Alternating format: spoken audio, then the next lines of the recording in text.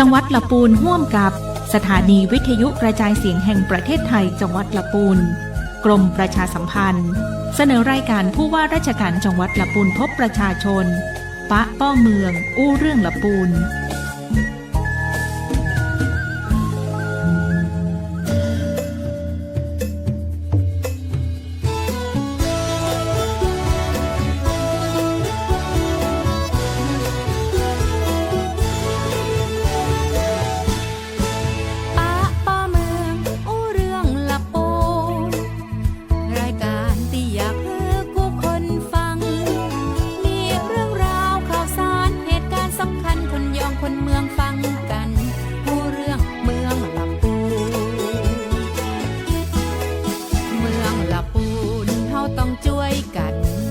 ปัญหาสารพันมันก็หมดสิ้นไปพี่น้องผู้คนห่วมใจแต่งเมืองลำพูนฮือยิ่งใหญ่ตลอดกา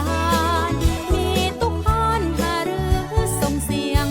ผู้ว่าจะอยู่เคียงจะช่วยแก้ปัญหากำกึศดีๆหากท่านมีช่วยบอกมาผ่านรายการนี้นาปะป้อเมืองอู้เรื่องลำพูปะป้อเมืองอู้เรื่องลำพูปะป้อเมืองอู้เรื่องลำพูปะป้อเมืองอู้เรื่องลำพูนะเจ้า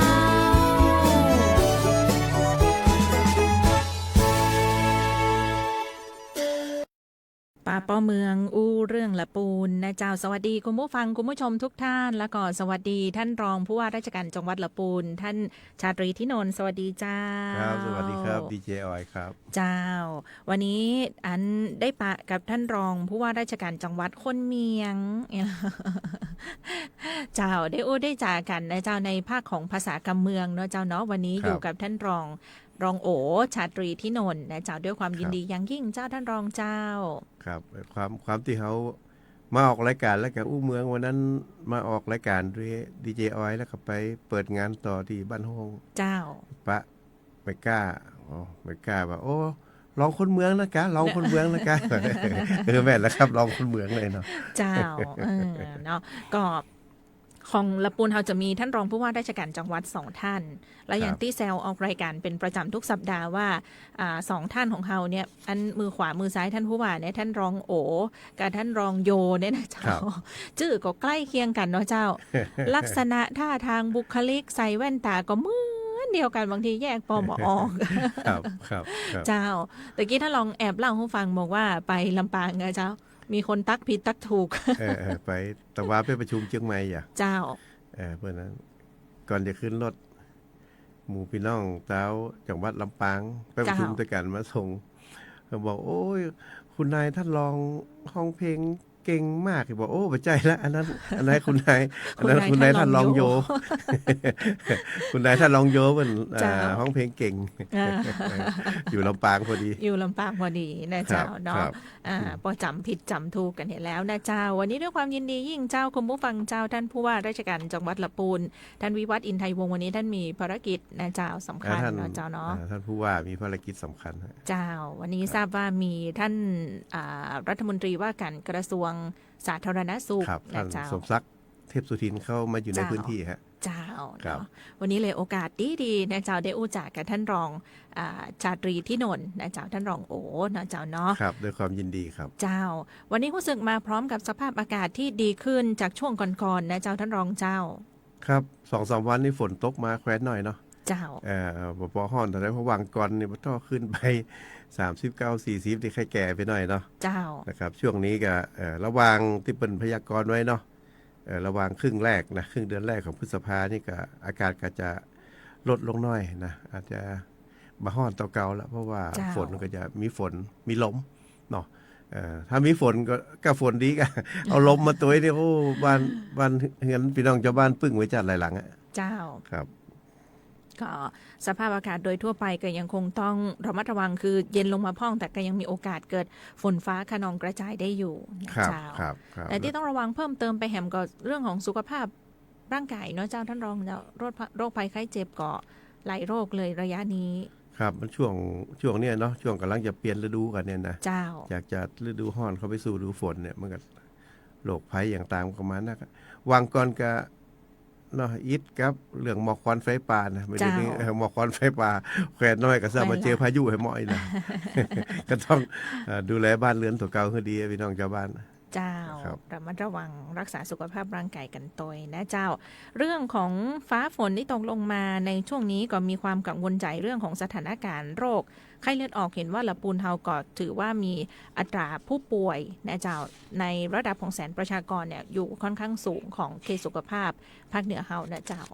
ลำพูนตอนนี้สะสมมาเป็นแชมป์นะ เป็น กล้า ที่ห แป นึ่ ด งนะหมอก ล้าแปดจังหวัดที่อู้เมืองเหมือนกันนี่นะ เจ้า วิรปูนแม่ฮ่องสอนเชียงใหม่เชียงรายน่านลำปางพะเยาแปร่เนี่ยเขาเป็นที่หนึ่งนะตอนนี้ในเรื่องของการเป็นไข้เลือดออกระบาดนักเหลือเพิ่นนะ เจ้า ตอนนี้นะครับกับบ้านเฮากับตอนนี้ก็ที่นักที่สุดก็ตอนนี้ก็มีเวียงหนองล่องนะ เวียงหนองล่องเนี่ย11รายนะ11รายแล้วก็บ้านโฮง17แล้วก็ป่าซาง10แม่ทา7บ้านที่2นะเมืองละปูน17ทุ่งหัวช้าง1แล้วก็ลี่3นะครับ เจ้า เมืองละปูนนี่จะได้ว่าบ่ได้เป็นที่หนึ่งอะได้มีตั้ง17คนเปิ้นเทียบต่อจำนวนประชากรด้วยนะ ในเมืองเฮาเนี่ยเนาะเพื่อนจะติดนักแต่ประชากรเพิ่นนัก เทียบกันแล้วต่อสัดส่วนประชากรนี่ก็เวียงหนองร่องจะนักเหลือเพิ่นนะได้ 67.02 นะต่อแสนประชากรนะค อ๋ รั อบ เจ้า ครับ เจ้า อันนี้ก็ต้องระวังนะเพราะว่าวันนั้นที่ประชุมนะร่วมกับหมอมันก็ว่าช่วงนี้เนี่ยมันช่วงฝนลงแล้วเนาะในเรื่องของกะโหลกกะลากระป๋องอย่างต่างๆนะที่อยู่ข้างบ้านเฮาก็ดีอยู่ในสวนลำไยอย่างก็ดีนะเฮาก็ต้องดูแลเพราะมันเป็นแหล่งเพาะของยุงลายเนาะ เจ้า ยุงลายนี่เนี่ยมันก็เป็นอันหนึ่งที่เฮาอาจจะมองข้ามไปแต่ในแพทย์สาธารณสุขคนนั้นมันก็ว่าสำคัญก็คือวิดีโอไปที่ไหนนี่เฮาตึงมีนั่นเนาะบนห้องว่าอย่างพัดลมไอ้น้ำเนาะ เจ้า พัดลมไอ้น้ำเนี่ยที่เขาใส่ช่องที่เขาใส่น้ำนะอันนั้นน่ะตัวสำคัญเลย อ๋อเป็น นะ เจ้า คุณหมอสาธารณสุขจังหวัดว่านั่นตัวสำคัญเลยถ้าเขาบ่ได้นี่นะเป็นแหล่งเพาะยุงลายเลยแหละ อ๋อ นะพัดลมไอ้น้ำนี่นะต้องมันดู เป นะ ลี่ย คน รับ น้ำมาเปลี่ยนอย่างมันในอี ต้องดูว่า จ้ ถ้าเขาละให้น้ำขังอยู่ท่านเนี่ย มันจะเป็นแหล่งที่เพาะพันธุ์ลูกน้ำยุงลายเหมือนกันนะครับเพราะฉะนั้นก็บางทีเขาก็บ่ฮู้เนาะมันอยู่ตรงไหนพุ่นบ่เป็นอย่างก้ายนะแต่จริงๆมันอันตรายเป็นแหล่งเพาะพันธุ์อย่างดีเลยคุณหมอว่าอย่างนั้นนะ แล้วก็เรื่องของการที่เขาจะไปดูแลอันนั้นเนี่ยอย่างเก่าที่เขาก็ถึงปฏิบัติอยู่แล้วเนาะในเรื่องของสะบัวอย่างนะเนี่ยจะปล่อยปลาที่มันกินลูกน้ำยุงร้ายอย่างไปพ่องนะครับอันนี้มันก็มีวิธีการอย่างต่างๆมันก็แนะนำกันไปตลอดอยู่แล้วเนาะในเรื่องอสมตามกันแนะนำไปเรื่อยอยู่แล้วนะครับ เจ้าก็ต้องช่วยกันดูแลรักษาสภาพสิ่งแวดล้อมเพื่อตัดวงจรลูกน้ำยุงลายนะเจ้าจะได้ป้องกันโรคที่อาจจะเกิดขึ้นจากยุงลายที่เป็นพาหะนำโรค ซึ่งมันก็มีหลายโรคนะเจ้าถึงไข้เลือดออกไข้ปวดคอยุงลายเนาะที่คุณย่าอย่างเปิ้ลนะเจ้าหลาย ครับ โรค ครับ เลยยุง มัน ลาย ก็เป็นสาเหตุของหลายโรคเหมือนกัน เจ้า ในเรื่องของยุงนะครับ เจ้า และก็เนื่องจากว่าพฤษภานะอาจจะมีฝนตกน้ำขังนะขอให้พี่น้องเจ้าบ้านเนี่ยช่วยกันสอดส่องเนาะ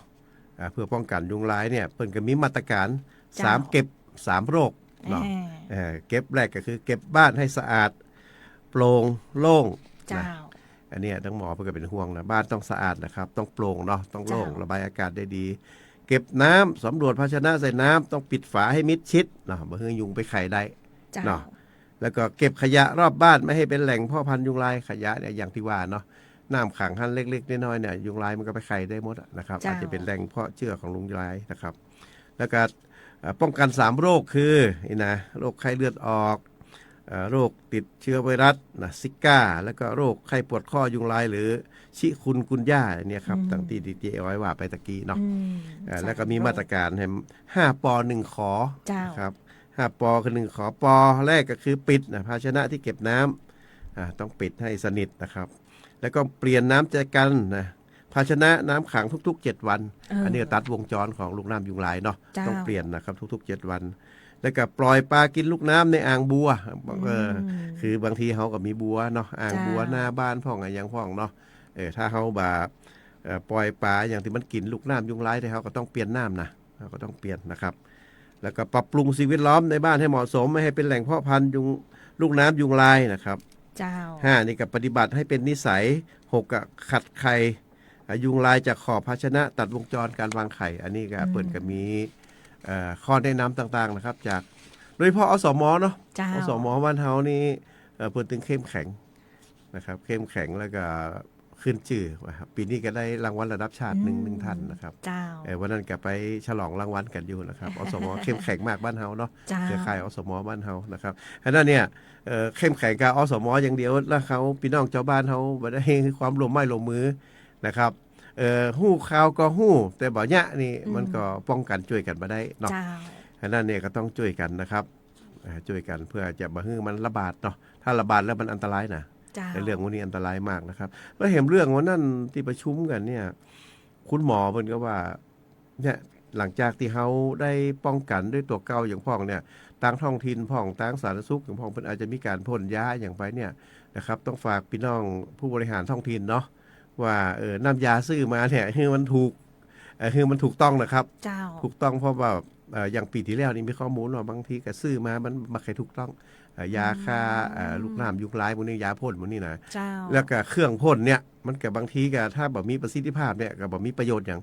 พ่นก็พ่นไปบ่ได้เนี่ยมันบ่ได้ฆ่ายุงบ่ได้อย่างเป็นสิ่งสักอย่างอะ เจ้า นะครับแล้วก็วิธีการผสมนะวิธีการผสมเพราะฉะนั้นเนี่ยถ้าจะให้มันถูกต้องแล้วก็มีประโยชน์จริงๆเนี่ยต้องถูกต้องตาม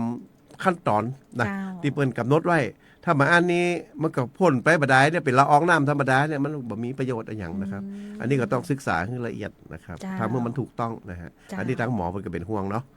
ครับ เจ้าเนาะอันนี้ ครับ เป็นมาตรการต่างๆ ซึ่งต่างจังหวัดละปูนนะเจ้าโดยสำนักงานสาธารณสุขจังหวัดละปูนก็เฝ้าติดตามสถานการณ์โรคนะเจ้าเป็นประจำอยู่แล้ว แล้วก็ ครับ มีมาตรการต่างๆออกมาที่จะต้องประชาสัมพันธ์และก็รณรงค์ให้พี่น้องชาวบ้านเขาช่วยกัน ครับต้องสร้างการทำผู้เนาะต้อง เจ้า ผู้ทั่วๆกันไปนะครับ เจ้ารวมด้วยช่วยกันนะเจ้าคุณผู้ฟังเจ้า ช่วงนี้อยู่ใต้กันกับรายการวิทยุผู้ว่าราชการจังหวัดละปูนพบประชาชนนะเจ้าป้าป้อเมืองอู้เรื่องละปูนสัปดาห์นี้ดีเจออยอยู่กับท่านรองโอชาตรีที่นนท์นะเจ้าเนาะอู้จากกันในช่วงของรายการช่วงนี้ออกอากาศทั้ง Facebook Live นะเจ้าเพจสวทละปูน FM 95 แล้วก็ออนแอร์ออกอากาศทางสถานีวิทยุสวทละปูนนะเจ้าพร้อมกันกับสถานีวิทยุในพื้นที่จังหวัดละปูนที่ร่วมกันรับสัญญาณออกอากาศรายการนะเจ้ารวดประชาสัมพันธ์น้อยเดียวเจ้าท่านรองเจ้าเพราะว่าอาทิตย์หน้าวันศุกร์หน้าเนี่ยจะตรงกับวันพืชมงคล ครับ นะเจ้าจะมีการถ่ายทอดพระราชพิธีจรดพระนางคันแรกนาขวัญผ่านคลื่น FM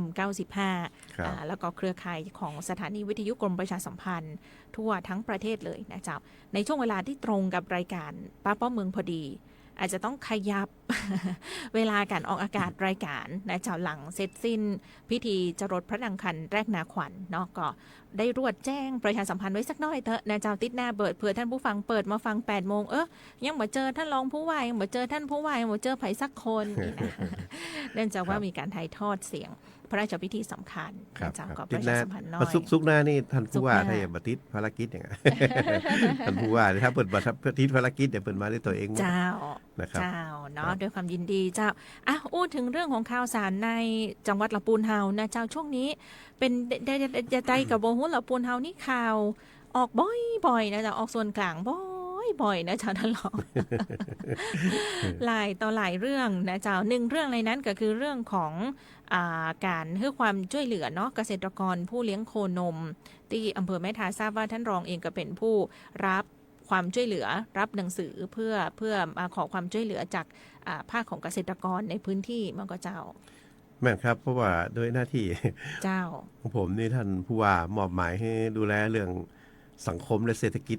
นะครับ เจ้า ในงานด้านสังคมเศรษฐกิจของจังหวัดลำพูนนะท่านรองโยธินแกไปดูแลเรื่องความมั่นคงและทรัพยากรธรรมชาตินะครับ อันนี้พอดีเรื่องหมู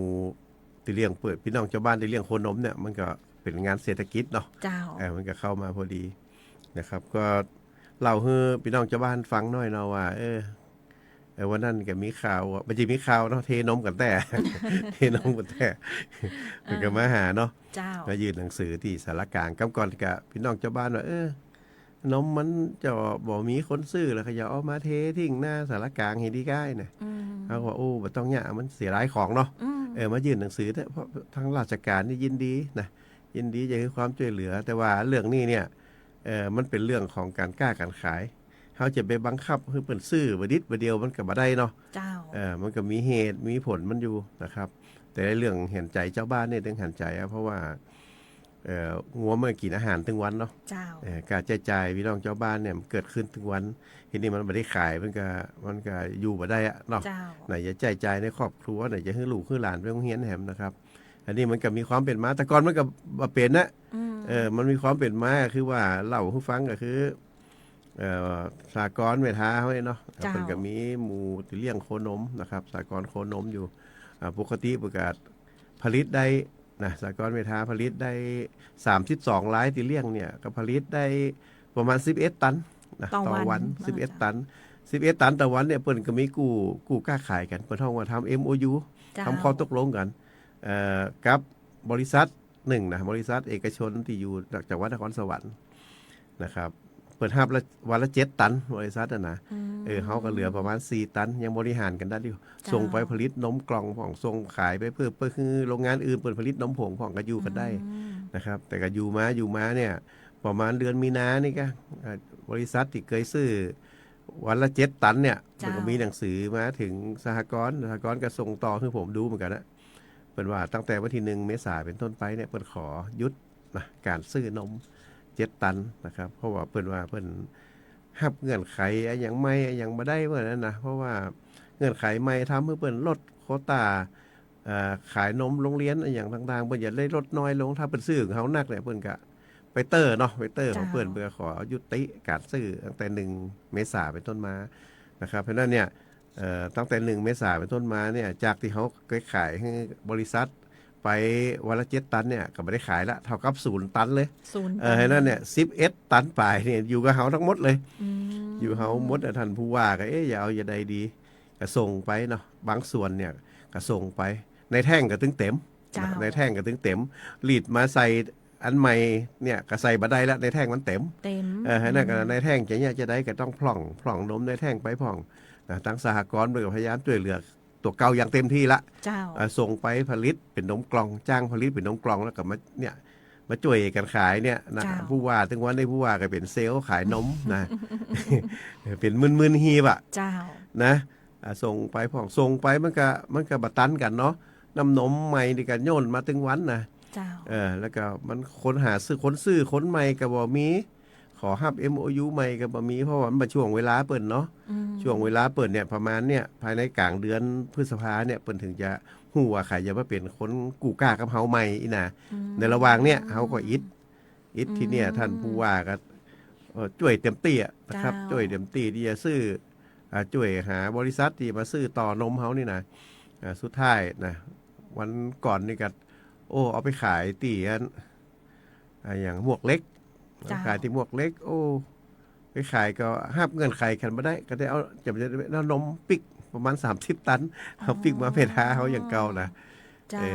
ก็ทัวร์กันจะเนี่ยจะได้เนาะพอดีก็มีบริษัทนะในบ้านเฮาเนี่ยไอ้บริษัทโกมิลเนี่ยนะโกมิลเปิดกระจุยเอานมตี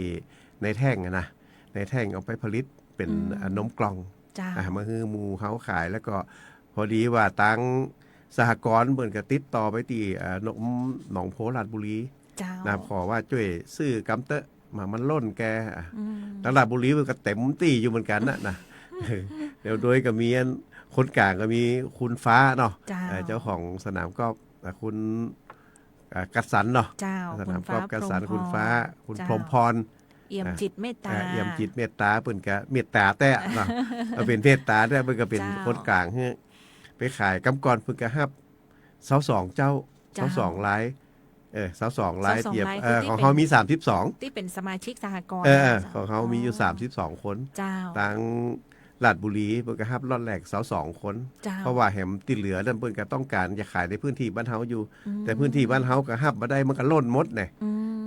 รอดแรก ลาดบุรีเพิ่นก็รับได้22คนเจ้ารับ22คนแล้วแถม10คนนี่ก็บ่มีตังค์ไปเหมือนกันก็เลยว่าคุณฟ้าก็ไปขอเพิ่นขอความเมตตาหนองโพลาดบุรีแถมวันนึงก็เพิ่นก็รับเพิ่นก็เมตตารับอยู่นะตอนนี้ตังของเฮา32ล้านนี่ก็ไปส่งที่ลาดบุรีหมดนะครับแต่ก็เป็นช่วงระยะเวลาบ่ฮู้ว่าเพิ่นจะรับเหมือนตัวใดน่ะเพิ่นก็รับเป็นว่า200กว่าตันเพิ่นจะรับฮื้อ200กว่าตันอันนั้นเฮาบวกลบคูณหารแล้วก็ประมาณเนี่ยสิ้นเดือนเนี่ยถ้าบ่มีกู้ค่าเนี่ยยุ่งหำละยุ่งละอันนั้นนี่ไปเดียวนี้ก็เลยประชุมกันนะครับแต่ว่าก็อู้กันกับหมู่ผู้ประกอบการนะผู้ประกอบการที่ไปแปรรูปเป็นผลิตภัณฑ์นมตัวนะแล้วคนเลี้ยงตัวเนี่ยก็ได้แนวทางกันพอสมควรละเพราะสมควรแล้วถ้าหนองโพเพิ่นว่าพอกันเน้ออีนะจ่วยมื้ออีละอีนะทางเฮาก็พอมีตังไปอยู่ตอนนี้พอมีตังไปอยู่แต่ถ้าจะฮือมันยั่งยืนเนาะมันก็ต้องได้คนทำ MOU คือกูกล้าใหม่เฮาน่ะคือฮับเต่าเก่าก็ได้บ่ต้องหนักกว่าเก่าก็ได้มันก็พอไปได้อยู่หากูกล้าใหม่สักฮับวันสัก7ตันเต่าเก่าอีนะนั่นน่ะก็เดี๋ยวก็บางทีโควต้านมอันอย่างต่างๆไผจะกู้ก็ไผนี่มันก็นอกเหนืออำนาจเฮาละเฮาก็อย่าส่งไปว่าเฮาต้องการนี่อย่างอี้ตั้งส่วนกลางเนาะเปิ้นอย่าไปคนจับกู้คือจับกู้คือว่าของเฮาเนี่ยใครอย่ามาจับกู้กันนี่นะจริงๆมันก็เป็นอาชีพเฉพาะเนาะเฉพาะของกลุ่มเกษตรกรที่มีบ่ได้นักในประเทศไทยเนาะเจ้าเนาะถ้ามีการจับกู้จับอะไรอย่างกันขายกันก็น่าจะเป็นอะไรอย่างสัดส่วนอย่างที่พอดีกันนะเจ้าท่านรองมันก็พอดีกันผมว่าแต่ว่ากับประชุมหมู่เตียนผู้ประกอบการโคนมต่างๆก็ว่าดีละมันเกิดวิกฤตการณ์อย่างอี้เนาะเตือนเฮาไว้เฮาจะได้ฮู้ว่าต่อไปเนี่ยถ้ามันเกิดปัญหาอย่างอี้มาแหมเนี่ยเฮาจะแก้อย่างไรนะแต่ว่าก็มีแนวทางเนี่ยว่าเรื่องนมบ้านเฮาเนี่ยเพราะว่าโคนมบ้านเฮานี่คือผลผลิตดีที่สุดในประเทศไทยนะเจ้าก็ได้ยินว่าอันน่ะเพราะว่าบ้านเฮานี่จริงๆแล้วโคนมนี่มันเป็นพันธุ์เมืองนอกเนาะมันชอบอากาศเย็นชอบอากาศเย็นบ้านเฮานี่รู้สึกว่าจะเย็นเหลือเปิดละในประเทศนี้นะฉะนั้นผลผลิตอย่างต่างบ้านเฮาจะดีนะครับก็เลยว่าต่อไปเนี่ยทางผู้ประกอบการอย่างต่างเนี่ยเปิ้นก็อู้กันว่าจะแปรรูปให้หนักขึ้นนะถ้าขายเป็นน้ำนมดิบให้น้อยลงเนี่ยมันก็จะดีเพราะแปรรูปเนี่ยเฮาอยู่กับเฮาเหมือนได้เนาะไปทำนมอัดเม็ดพ่องไปทำนมผงแบบพรีเมียมพ่องนี่เนาะแล้วก็ทำนมกล่องพ่องนะแล้วก็ทำเป็นชีสในสำหรับงัวนมที่มีเปอร์เซ็นต์ไขมันสูงๆอีนะถ้าอย่างอีนี่จะยั่งยืนอยู่นะจะยั่งยืนเพราะว่านั่นก็ตกใจเหมือนกันนะที่ประชุมครั้งแรกตอนนมที่เปิดมาสารกลางนะสหกรณ์ก็ว่าจะกำกรจะว่าจะเลิกละบ่ทำละธุรกิจด้านนมนี่นะเฮาก็ว่าเอ็นดูคนที่เปิดเลี้ยงงัวนมมาเนาะมันสิว่าคึดจะเลี้ยงบ่นิดบ่เดียวก็เลี้ยงได้จะเลิกก็เลิกได้ทันทีเนาะเลิกนี่เสียหายนะเสียหายนะก็ดีแต่ทางสหกรณ์มันก็เข้าใจเนาะก็ไปอู้กับหมู่ที่เปิดเลี้ยงโคนมก็ได้ดำเนินการต่อไปถ้าบ่ดำเนินการเนี่ยเฮาเสียดายเพราะว่าอาชีพบ้านเฮาเนี่ยมันก็ยากขึ้นมันหลากหลายเนาะอย่าไปเนี่ยอย่างเดียวกันหมดเนี่ยสมมุติอย่างปีนี้มีปัญหาแล้วนะลำไยเนี่ยถ้าปลูกลำไยกับลำไยเหมือนกันหมดราคาตกมันก็บ่มีไอ้หยังที่มารองรับเสริมมันเนาะมาเสริมเพราะฉะนั้นเนี่ยอย่างเดียวกันหมดเนี่ยถ้ามันขายดีเหมือนกันหมดดีกะแต่ถ้ามันราคาตกเหมือนกันหมดมันก็จะลำบากนะมันต้องผสมผสานกันเนาะอันนี้ผมว่ามันต้องคือว่ามันต้องหลายๆอย่างเนาะอันหนึ่งได้อันหนึ่งเสียให้มันตู้กันไปได้ประคับประคองกันไปถ้าเนี่ยจะเดียวกันหมดนี่ล่วงกันล่วงเหมือนกันหมดเลยนะมันเหมือนกับเขาบ่ได้บริหารความเสี่ยงเรื่องอาชีพเนาะผมสนับสนุนนะว่าเนี่ยต่อไปเถอะเดี๋ยวเขาช่วยกันแก้ไขปัญหามันตึงมีปัญหาไปเนี่ยอาชีพอื่นมันก็ตึงมีมันจิว่ากลางงัวนมเนาะช่วยกันแก้ไปมันมีปัญหาเนี่ยก็ช่วยกันไปแก้ไปทีละเปาะอย่างที่ท่านลองเคยอู้ในรายการว่าบางทีบางอย่างเนี่ยอาชีพบางอาชีพมันเปลี่ยนกันง่ายๆไม่ได้อย่างจะให้คนทอผ้าเนาะเปลี่ยนไปเลี้ยงงัวมันก็บ่ได้เนาะมันบ่ใจหีดใจห้อยเปิ้นเนาะเปิ้นบัฒนัดเจ้าฉะนั้นหลากหลายนั่นน่ะดีเจ้าหลากหลายดีผมตอนนี้ที่ว่าเริ่มไปเรื่องนั้นโครงการป่าส้มลำไยนั่นนะเขาเคยว่าเนี่ยหลายๆอย่างตอนนี้ก็ปล่อยไว้ละป่าจีนที่จะมาทำมันป่าส้มไว้นะป่าส้มมันเฮาดังนะเดี๋ยวเที่ยวหน้านี้ปลากัดไปขายที่เมืองทองละตอนนี้สมัครไปละสมัครอาเจียนโอท็อปชวนชิมระดับประเทศนะต้องเป็นสมาชิกเปิ้นก่อนตอนนี้นี่คือกลุ่ม โอท็อปตีเนี่ยป่าส้มลำไยนี่ ป่าส้มลำไย สมัครไว้ละตีส่วนกลาง อันน่ะ แล้วก็เดี๋ยวเที่ยวหน้านี้ถ้ามีงาน ต โอ ลอด ท็อป ขาย ที่ ละ เมืองทองธานีก็จะไปทอดขายในเมืองทองธานีเลย โดน เพราะว่าปลาส้มถามว่าปลาส้มมันจะได้ขายกะมันมีทั่วประเทศอะแต่มันไม่ใช่ปลาส้มลำไยละปูนนะกะเนาะ ว่าในอากาศของดีมันมีติละปูนนี่นักหนา แม่นะเฮาก็เป็นผงลำไยเฮามาใส่ผงชูรสได้นะ เจ้า ครับรสชาติละมุนมาก อันน่ะ วันนั้นเราไปขายสารกลางวันประชุมกรมการจังหวัดเดือนก่อนบุญโอ้ เจ้า กำเดียวหมดลึงอ่ะ บ่มีบ่ปอขายเลย บ่ เนาะ ปอครับ โอ้ บ่ปอเพราะว่าพี่น้องละปูนเฮาเพิ่นก็อยากอุดหนุนคนละปูนเหมือนกันแล้วก็ เจ้า ได้ของดีเนาะ ได้ของ ได้ของดีเป็นปลาส้มลำไย เจ้า เขาอยากให้หลากหลายอาชีพแบบคนหนึ่งไปทำปลาส้มปะคนหนึ่งไปทอผ้าไปคนหนึ่งไปเลี้ยงงัวนมปะ เจ้า แล้วคนหนึ่งไปทำมันอาหารส่งให้ฟาร์มโคนมไปนะ เจ้า เวลามันหลากหลายที่เกิดความเสียหายมานี่เขาพอฮับได้อยู่ เจ้า เขากับมีหลายๆตังตีอุ้มชูกันได้อยู่ เจ้า แต่ถ้าไปเนี่ยจะเดียวกันมดนี่โอ้ถ้ามันล่วงมานี่ลำบากเนอะ แย่เลย ครับ อันนี้ก็ด้วยความเป็นห่วงเนาะ ด้วยความห่วงใย เป็นห่วงใย นะเจ้า ห่วงใยกัน เนาะ นะครับ เจ้าก็โดยสรุปแล้วในส่วนของมาตรการในการช่วยเหลือผู้เลี้ยงโคนมที่สหกรณ์การเกษตรแม่ทาก็ยังสามารถดำเนินการเปิดกิจการต่อได้ ได้ ต้อง ครับ ยุติ ได้ กิ ตอน จ นี้ การ ไป แล้ว ปกติละ ปกติแล้ว เพียงแต่ว่า รับซื้อนมทุกวัน ตอนนี้เนี่ย เจ้า น้องส่งได้ปกติละ ส่งนมได้ปกติ ราคาอาจจะไม่ได้เต่าเก่าแต่ก็พอฮับกันได้อยู่ นั่นกัน เจ้ามี มีขึ้นมีลงเนาะ อืม ช่วงนี้เขาต้องการระบายนมของเขาไปอยู่อาจจะถูกหน่อย เจ้า มันกำไรน้อยหน่อยจากมัน เจ้า จากมันประคองกันไปก่อน ประคับประคองกัน ถ้ามันเข้าตีเข้าตังแล้วก็ เจ้า เขาก็ไม่ใช่ว่าบ่เคยมีกำไรเนาะ เจ้า ไอ้ช่วงที่เขามีกำไรเขาก็มีอยู่ ช่วงที่ขาดทุนพ่องก็ ทำไปก่อน ว่า มันเป็นเรื่อง ทำ การ ไป กล้าการขายเนาะเป็นเรื่อง เจ้า ปกตินะครับ เจ้า อันนี้ เพราะฉะนั้นนมก็จะแบ่งเป็น2ส่วนเมื่อก่อนเจ้าน้ำนมดิบนี่ขายคือหนองโพเมื่อก่อนเจ้า ครับ เมื่อก่อนสหกรณ์หนองโพราชบุรี ครับ เนาะ ครับ ส่วนหนึ่งที่เปิ้ลซื้อ200กว่าตัน แล้วก็ส่วนหนึ่งแปลรูปเป็นนมกล่อ ครั ง บครับก็ไป เจ้า ขายเป็นนมนั่นพ่องเอาไปคือเบิ่นไปทำผลิตเป็นนมผงอย่างพ่อง นมผงพ่อง เป็นนมบนห่อ เจ้า นม นม เรื่ อั อง ดเม็ด ของแปรรูปไปพาณิชย์เชิงพาณิชย์เนี่ยเนาะ เจ้าเจ้า ครับ แต่ดีนะ นมละปูนนี่ นม คุณ ดี ภาพบักก้าน โอ้ ไป ได้ นะ ท่านลองเอามาโฆษณาให้ตัวเนี่ยวันนี้ท่านลองเอานมแบบพรีเมียมมาให้เลย ต้องให้ท่านลองโฆษณาขายให้กับเจ้า อันนี้นมแบบพรีเมียม อันนี้พรีเมียมครับของ เจ้า บริษัทอะไรเนี่ยโกมิล เจ้า เปิดฝากมาให้ประชาสัมพันธ์นะครับ อันนี้เป็นงัวประเจงัวพันธุ์แบบขาวดำนะ เป็นงัวพันธุ์แดงนะครับแล้วก็อันนี้จะเป็นพรีเมียมจะแป้งหน่อย จะเป็น อันนี้รู้สึกว่ากองตีถือนี่25 บาทนะ 25 บาท 25 บาท นมละปูนกอง25 บาท 25 บาท อันนี้เกรดพรีเมียมหน่อย เกรดพรีเมียม พรีเมียมเนี่ยแต่ที่เขาเอาไป จำหน่าย นมตีเมทาที่เขาเอาไปเอาไปแปรรูปนะเป็นนม UST แล้วก็เอามาจ่วยกันขายนี่ก็ กองสี ถ้า ฟ้ ขายเป็นขายปีกนี่กอง13 บาทก่อนนะ โอ้13 บาท แต่ว่าเขามาขาย ถูกมาก ขายให้หมูเฮานี่ขายเป็นหีบ หีบ 285 บาท 280 มันกระตกกล่องหนึ่งประมาณ7 บาทปลาย7 บาท 90 ประมาณนั้นเนาะ จ้ นั่นแหละแล้วก็คุณภาพดี ลำ คุณภาพดีแล้วก็ ลำ เปอร์เซ็นต์โปรตีนเปอร์เซ็นต์ไขมันอยู่ในมาตรฐานหมดเลย เจ้า ของลำปูนนี่ของดีนะเพียงแต่ว่าเขามาสะดุดเรื่องตลาดน้อยเดียวบ่ได้นะครับ เจ้า เออ เนาะอันก็เชิญชวนพ่อแม่พี่น้องประชาชนชาวจังหวัดลำพูนเฮาได้เลือกบริโภคนม แม่น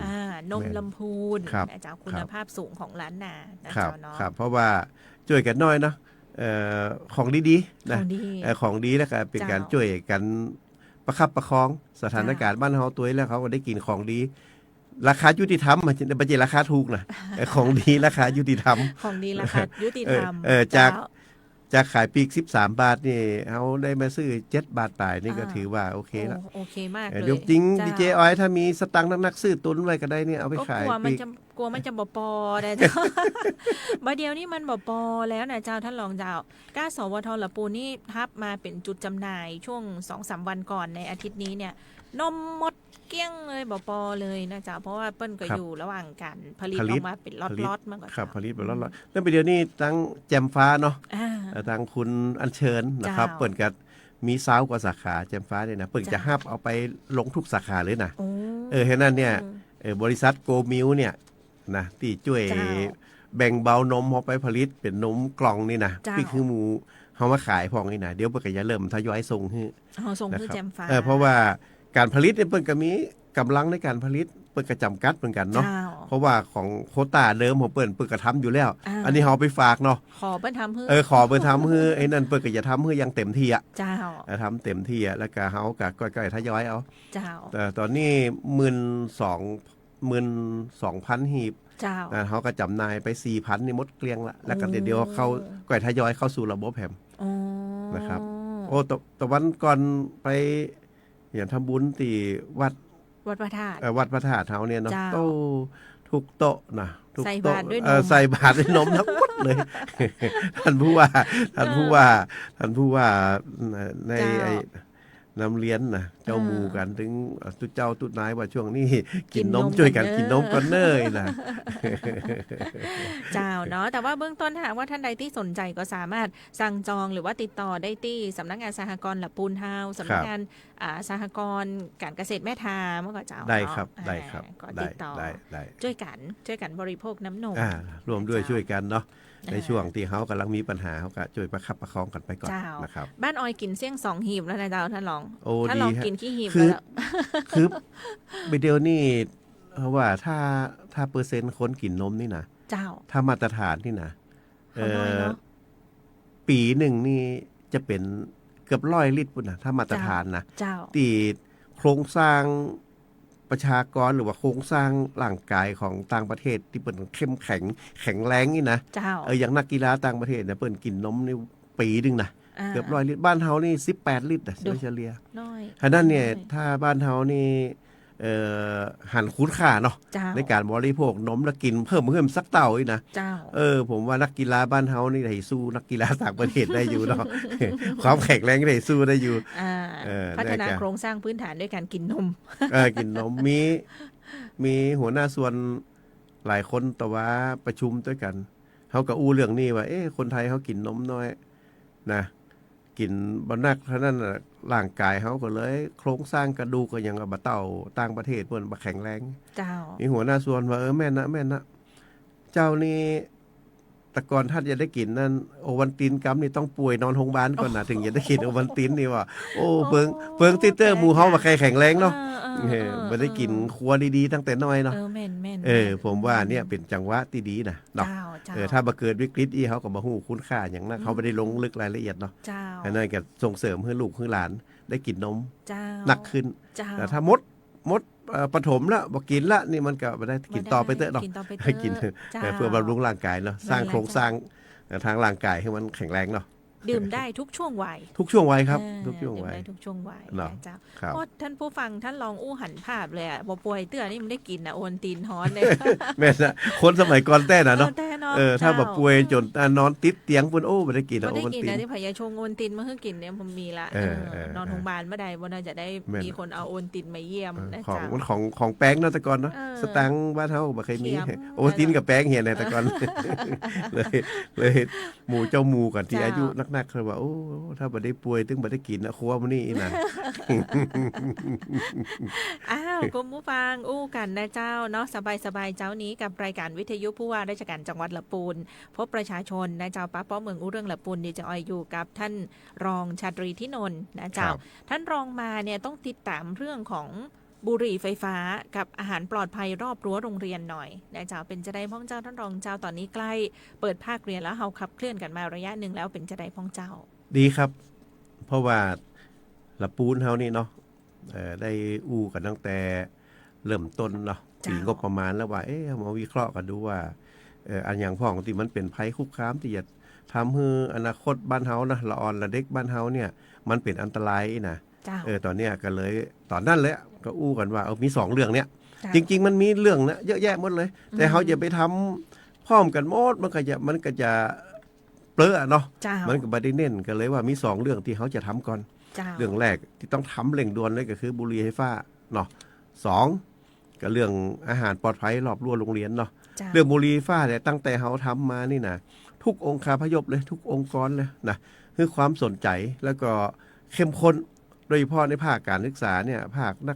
กเรียนนักศึกษานี่นะทางผู้บริหารการศึกษานี่เปิ้นเอาแต่นะ เจ้า เปิ้นเอาแต่เปิ้นมีการตรวจแล้วก็รายงานศึกษาธิการเนี่ยเป็นเซ็นเตอร์นะคือรายงานทุกเดือนเลย เจ้า ได้ดำเนินการตามมาตรการเนี่ยเปิ้นเป็นแจ้งมาตรการหมดละ 1 2 3นะ เจ้า ตรวจอย่างไรเนาะสังเกตอย่างไรมันก็มีรายงานกันนะครับทางพี่น้องตำรวจเขาเนี่ยเปิดห้องว่าถ้าออนกราวเนาะ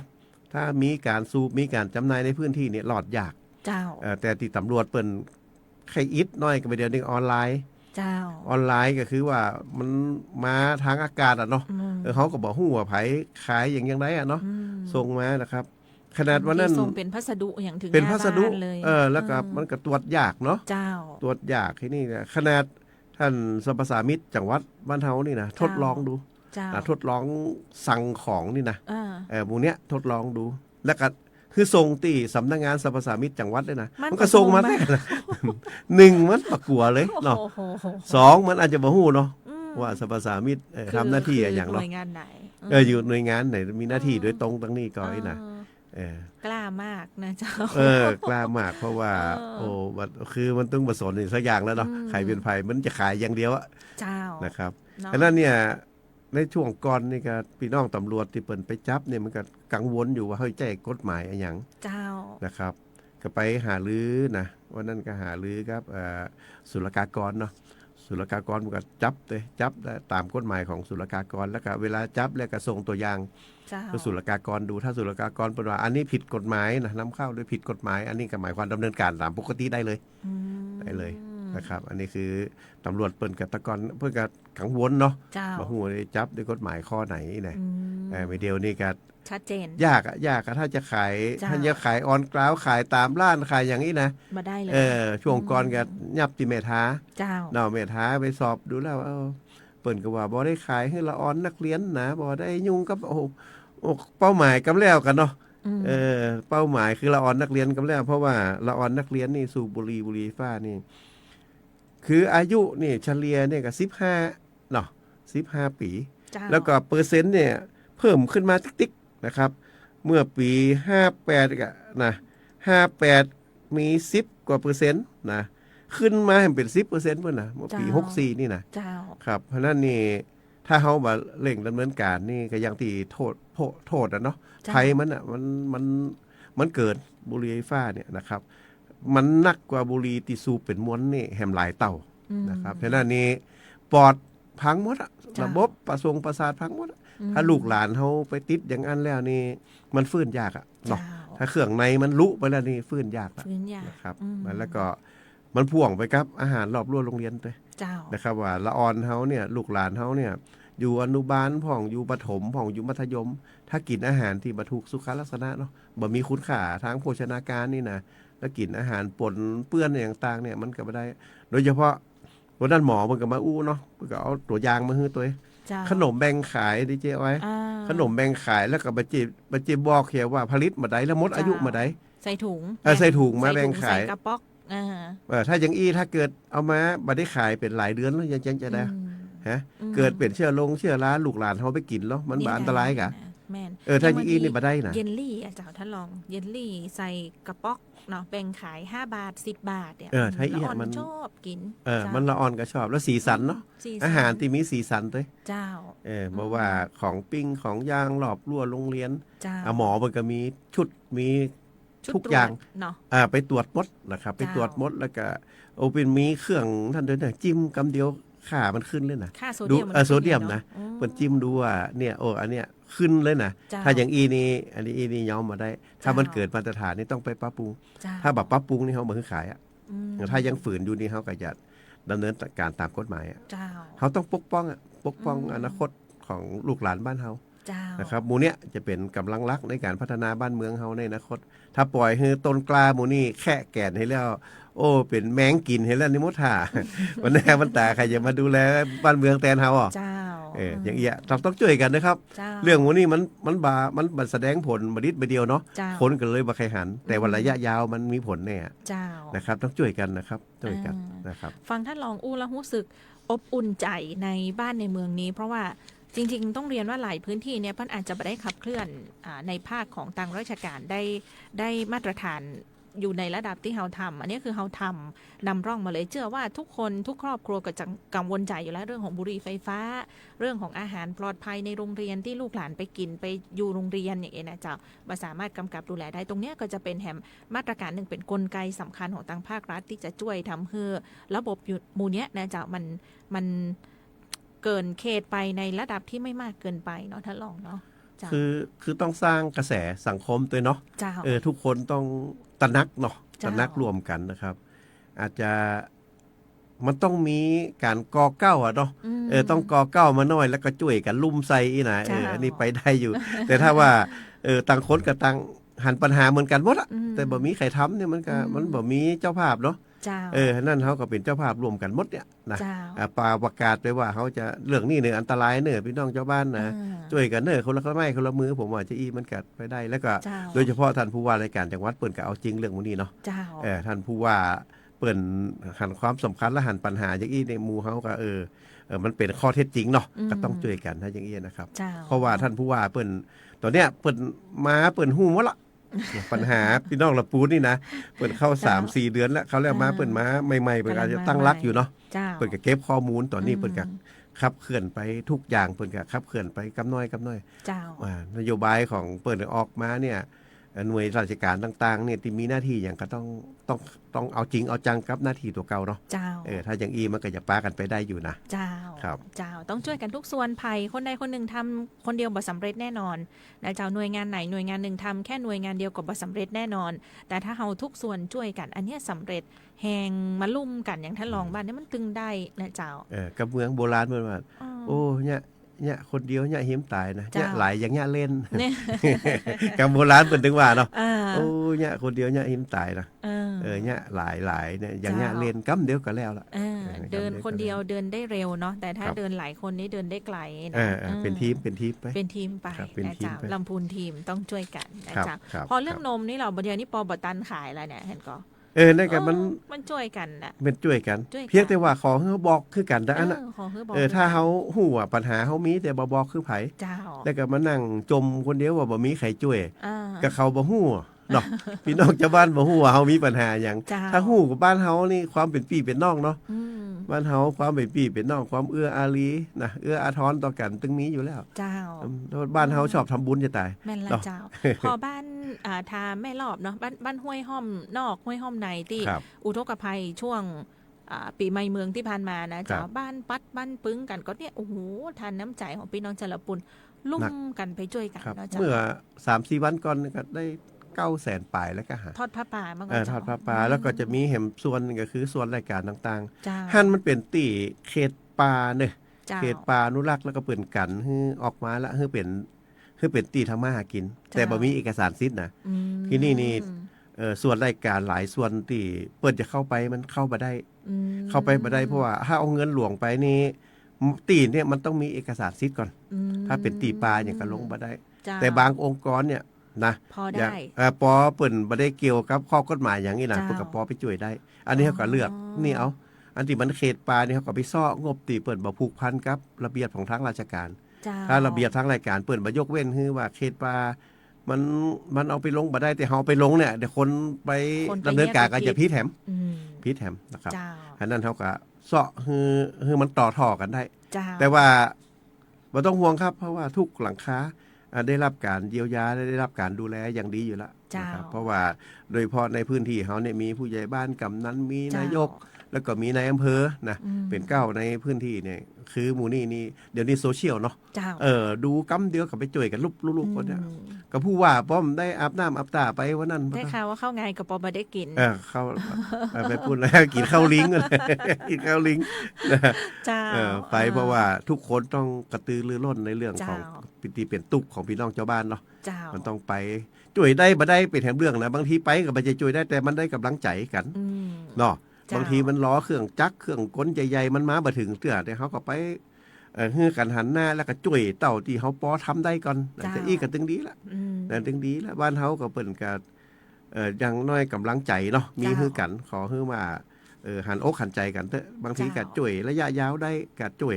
เนาะจ่วยระยะสั้นได้ก็จ่วยแต่ว่าต้องได้ออกแรงด้วยกันก่อนจ่วยกันก่อน อ้าวลำพูน นะครับ ไม่ลำพังรวมพลังเพื่อลำพูน แม่ นะ น เจ้า นะแม่นนะ ถ้าลองมีข่าวฝากประชาสัมพันธ์เรื่องหนึ่งว่าก็เจ้าเรื่องของอะไรอย่างก็เจ้าสัมมโนประชากรนี่ก็เจ้า สมโนประชากร ช่วงนี้ สำ เพื่อ นักงาน สำรวจกับเจ้า สำนักงานสถิติเนาะ เจ้า แห่งชาติเนี่ยและบ้านเฮากับสำนักงานสถิติไอ้จังหวัดบ้านเฮาเนี่ยนะ เจ้า เปิดก็ต้องสำรวจเพื่อจะเอาข้อมูลเนี่ยไปให้รัฐบาลหรือให้หน่วยงานต่างๆนะได้เอาไปใจประโยชน์อย่างลำปูนเนี่ยลำปูนเนี่ยจริงๆคนอาศัยอยู่ในลำปูนเนี่ยที่อยู่จริงนะก็มีประมาณสัก440,000นะแต่ว่าใน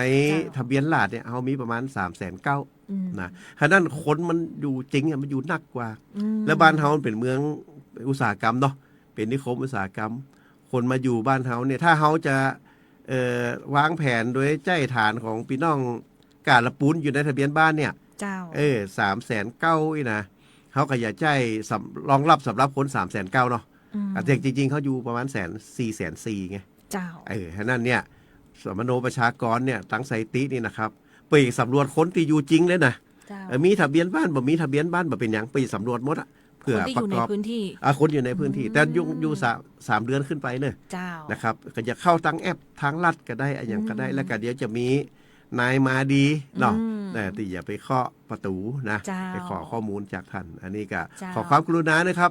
หลายคนนะเพิ่นก็เป็นห่วงว่าท่านรองก็จะฮื้อข้อมูลไปข้อมูลอย่าไปหัวแฮมแล้วก็ กลัวไง เออก ลัว กลั มิ ว จฉาชีพ กลัวมิจฉาชีพ เจ้า ตางนี้เนี่ยเปิดก็รับรองว่า เจ้า ถ้าเข้าแอปอย่างเปิดเนี่ยมีระบบป้องกันเรียบร้อยเปิด เจ้า รับรองมานะวันนั้นผมก็ถามท่านเซตี้จังหวัดนะว่าท่านถ้าอย่างอี้นี่จะลำบากเนอะวิดีโอนี่เป็นหวาวไปหมดแล้วเลยนะจะคือลิงก์ไปหันลิงก์ไปนี่เขากับขยะเลยเนาะ กด กดไปกดมาเดี๋ยวเงินในบัญชี อยู่ได้อยู่บ่มีให้เนาะหมดเรื่องเนี้ยไดเนาะ ก็ว่า เลยได้เจ้า อยู่ได้อยู่มีน้อยให้นะก็อย่าหมดไปเหียใหญ่ๆนะ เจ้า เปิดกับว่ารับรองท่านร้องประชาสัมพันธ์ให้กำอีแน่ เจ้า ว่าจะมีปัญหาอย่างปลอดภัยแน่นอนนี่นะ เจ้า ก็เอาตามสะดวกถ้าจะเข้าแอปได้ก็เข้า อ่า ถ้าท่านบัสะดวกก็จะฮื้อเป็นข้อมูลตีเป็นนายมาดีนี่ฮื้อเปิ่นก็ได้ ที่มาดีเปิ้นจะลงไปหานี่ก็ได้ ครับถ้าอย่างอีเนี่ยมันสะดวกเลือกเอาได้หมดอะไปเดียว จริงๆหันช่วงก่อนนี้เปิ้ลมีใครถ้าเข้าไปแสดงความคิดเห็นไปสำรวจความคิดเห็นให้เปิ้ลในระบบเนี่ยก็มีรางวัลให้ตัวท่านรอง เปิดบอกคือเหมือนกันนะแล้วผมก็ มีรางวัลให้ตัว ผมก็ลืมไปว่านั่นว่าเปิดฮื้ออย่างพ่อกันนะเปิด เจ้า บอกเหมือนกันนะ โอ้มีรางวัลตัวนะ ครับ เจ้า ครับ อ่ะก็ถือว่าเป็นเรื่องราวที่น่าสนใจนะเจ้าแหมเรื่องหนึ่งเนาะอูจากประชาสัมพันธ์ที่ท่านได้รับทราบกันในช่วงของรายการช่วงนี้นะเจ้าวิทยุประเทศไทยจังหวัดละปูนกรมประชาสัมพันธ์นะเจ้าช่วงท้ายรายการนี้เจ้าท่านรองเจ้ามีกิจกรรมสำคัญเนาะที่จะได้เชิญชวนประชาสัมพันธ์กันนะเจ้าสำหรับกิจกรรมสำคัญในห่วงสัปดาห์หน้านี้นะเจ้าทั้งเรื่องของการปลูกพระศรีมหาโพธิ์ที่ทศมราชบพิตร ครับ และก็เรื่องของการจัดงานประเพณีส่งน้ำพระธาตุนะเจ้า ครับก็เอาเรื่องแรกกันเนาะ เจ้า เรื่องการปลูกพระศรีมหาโพธินะทศมราชบพิตรเนี่ยเนาะอันนี้ก็ตัง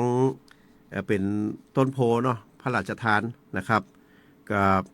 ท่านผู้ว่าราชการจังหวัดนะครับ ก็ได้ไปรับเอาที่กรุงเทพเนาะพร้อมกับท่านผู้ว่าราชการจังหวัดทั่วประเทศเนี่ยเปิดกับเพิ่งมาปลูกเนาะ เจ้า เพิ่งมาปลูก จริงๆแล้วก็ท่านผู้ว่าเนี่ยเปิดกับว่าครับมาแล้วก็ใครมาปลูกที่วัดพระธาตุบ้านเฮานี่เนาะแต่ไปดูตีแล้วมันต้องตี15 ตารางเมตรกันเนาะวัดพระธาตุบ้านเฮานี่ก็บ่พอ บพอ ก็เลยว่าจะไปปลูกที่ปุ่นนะครับพุทธบาทนะพระบาทตักผ้า พระบาทตักผ้า อันนั้น ปราสาท เปิดที่เปิดกว้างเนาะ เจ้า ที่เปิดกว้างเปิดกระแปลงมณฑลในการปลูกก็อย่างตอนเนี้ยเรียบร้อยหมดแล้ว เรียบร้อย นะครับ แล้ว แล้วก็จะปลูกพร้อมกัน เจ้า วันที่11 อ๋อ 11 พฤษภา พฤษภา11 พฤษภา เจ้า ตรงกันหลายอย่างเนี่ย11 พฤษภาเนี่ย ก็นั่นแหละ ส่ง ว่า น้ำพระธาตุด้วยนะแล้วก็อันเลือกตั้งนายก เลือกตั้งแหม อย่างต่างๆด้วยนะ อืม นะครับเพราะนั้นก็ เจ้า ไทยประมาณสักเวลาเนี่ยไทยประมาณสัก11 โมงหรือเที่ยงเนี่ย อืม จะปลูกกันเพราะว่าเนาะ เจ้า ท่านผู้ว่าแล้วก็ท่านเจ้าคณะจังหวัดก็ต้องปีกมาทำพิธีเตีย ส่ น งน้ำพระธาตุ ส่งน้ำพระธาตุนี่แหมนะครับก็ เจ้า พี่น้องจะบ้านถ้าอยู่ใกล้ๆนะก็ไปร่วมกันก็ได้นะครับ เจ้า ในการปลูกต้นพระศรีมหาโพธิทศมราชบพิตร เจ้า เนาะ ต้นโพเนาะ ต้นโพพระราชทานจากในหลวง จากในหลวงเลยครับนี่เป็นสายพันธุ์จากอินเดียมาเลยนะจากพุทธคยาพูดเลยนะ เจ้า นะครับอันนี้เป็นต้นโพพระราชทานเนาะ เจ้าเป็นต้น ครั โพ บ พระราชทานนะเจ้าก็ประกาศประชาสัมพันธ์กันไว้โดยส่วนงานส่งน้ำพระธาตุเริ่มวันที่5นะเจ้า ครับ5 ถึง 11ครับ 5 ถึง 11 5 ถึง เจ้า 11ครับก็มีกิจกรรมอย่างต่างๆนะครับ จ้า และในห้างกิจกรรมนอกจากส่งน้ำพระธาตุแล้วก็จะมีการทำบุญตักบาตรสักการะและส่งน้ำพระธาตุนะแล้วก็มีการอัญเชิญน้ำส่งพระราชทานเนาะเครื่องราชสักการะกระบวนน้ำทิพย์ร้อยขม้อแล้วก็น้ำทิพย์จาก7อำเภอเนาะการแข่งขันกองหลวงชิงแชมป์ล้านนา เจ้า นะครับกองหลวงนี่ละปูนเสนอไปเป็นวัฒนธรรมประจำจังหวัดเขานะ อ๋อ กองหลวงได้วันนั้นได้ประชุมครับสภาวัฒนธรรมและส่งไปกองหลวงว่าละปูนนี่ขอเคลมเนาะละปูนนี่ขอเคลมว่าเป็นต้นตำรับกองหลวงนะครับ เจ้า แล้วก็ตั้งกองสบัดใช้อย่างกองปูจานี่ตั้งลำปางถ้าอย่าเป็นเจ้าภาพรักไปละนะครับ เจ้า แล้วก็จะมีการแข่งขันกองสบัดใช้เนาะประกวดดนตรีพื้นเมืองประกอบการฟ้อนประกวดฟ้อนเล็บนะครับ เจ้า แล้วก็การฟ้อนเล็บถวายเป็นพุทธบูชาตัวนะครับ จ้า ในตั้งแต่วันที่5จนถึง11มีกิจกรรมทุกวัน